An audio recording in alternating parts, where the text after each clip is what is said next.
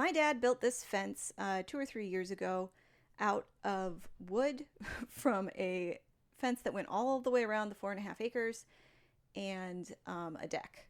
And it's been a mostly great fence. It's sort of kept the deer out, but it's starting to not keep the deer out. The wood is rotting, the fasteners won't stay fastened. It also has 3 entrances, which we can only use one of them. We wanted to use these entrances to use the truck to bring in compost, but this one got blocked off by the tractor port, which is behind it and you can't see. And this one over here, or that one down there, is blocked by the camper, which you also can't see. Yeah, so this fence needs to go, and we need to put up a new one. But to complicate this is this giant tree you see coming. Do you want to talk about that tree, Kaylin?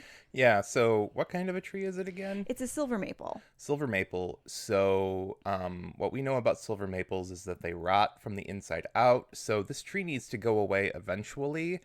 But as you will see, gosh, this is such a huge tree. This is actually... It's friggin' gigantic. It's actually a bunch of trees that just grew together.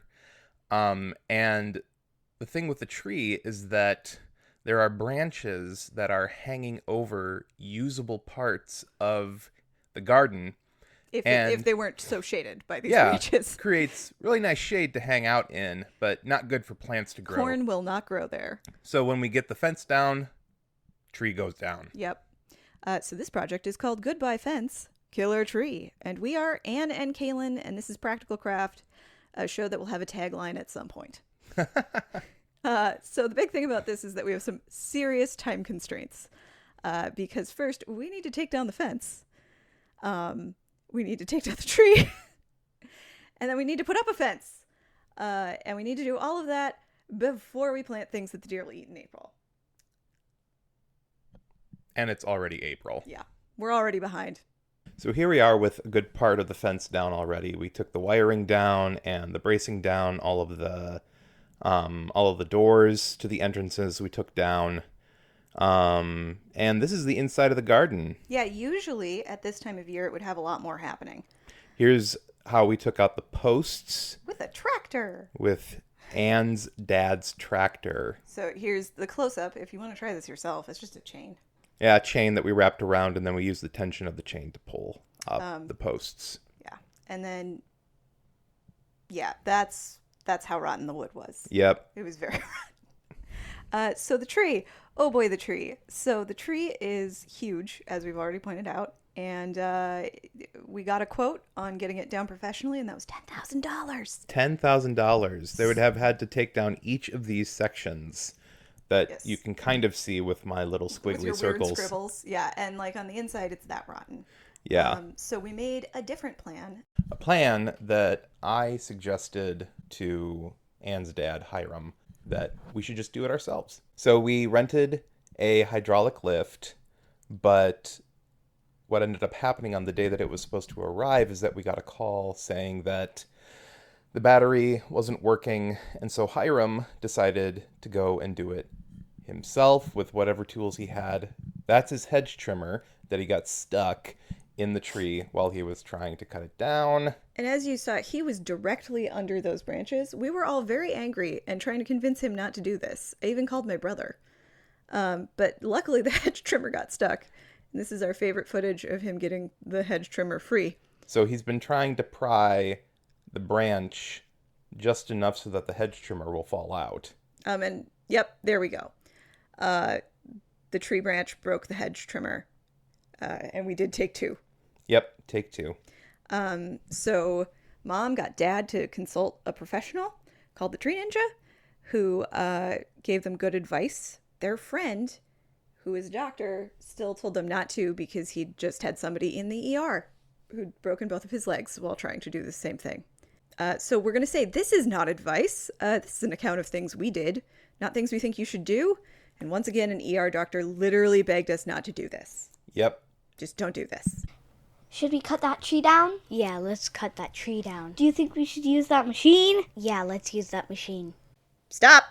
Really, this is not safe. We did take safety measures. That's me in the bucket. I am wearing a harness that is clamped to the bucket, clamped inside the bucket in case I fall out. I did not fall out. I am also wearing a hard hat in case branches fall on my head. No branches fell on my head, but we did take safety measures. So the plan was to cut these branches back bit by bit from the end to avoid anything big or long falling and crashing into anything. So that's me with the hedge trimmer, and I'm just trimming away at the little bits at the end of the branches and working my way closer to the tree. When the hedge trimmer was no longer able to cut because of how wide the branches were starting to get, then my father-in-law Hiram would go up in the lift, again with the harness and with a hard hat, and he had a larger chainsaw that he would use to cut the wider stuff. The lift was actually a lot of fun to be in, at least on the first day. The second day, I did not enjoy it at all.